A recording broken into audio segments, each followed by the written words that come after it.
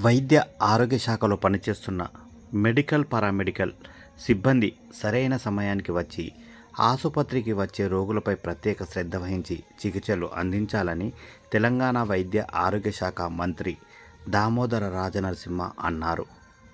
శనివారం రోజు సంగారెడ్డి జిల్లాలోని జిల్లా పరిషత్ సమావేశ మందిరంలో ఏర్పాటు చేసిన సమావేశంలో ఆయన మాట్లాడుతూ, ప్రభుత్వం వైద్యం కోసం ఎంతో ఖర్చు చేస్తుందని, వైద్యం కోసం ప్రభుత్వ ఆసుపత్రికి వచ్చే రోగులపై ప్రత్యేక శ్రద్ధ వహించి చికిత్సలు అందించాలని ఈ సందర్భంగా ఆయన పేర్కొన్నారు.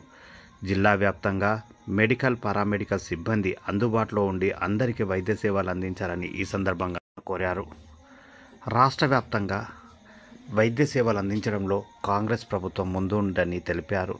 కాంగ్రెస్ ప్రభుత్వం అధికారంలోకి వచ్చిన అనంతరం అన్ని రకాల వైద్య పోస్టులను భర్తీ చేయడం జరిగిందని తెలిపారు.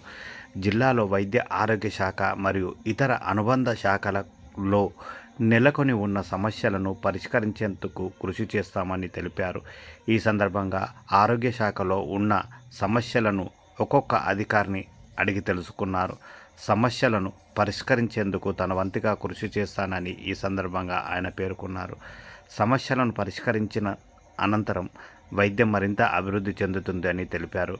గత కొన్నేళ్లుగా గత ప్రభుత్వం హయాంలో వైద్య ఆరోగ్య శాఖలో ఉన్న సమస్యలను పరిష్కరించకపోవడం వల్ల ప్రజలకు, రోగులకు సరైన వైద్య సేవలు అందడం లేవని ఆయన తెలిపారు.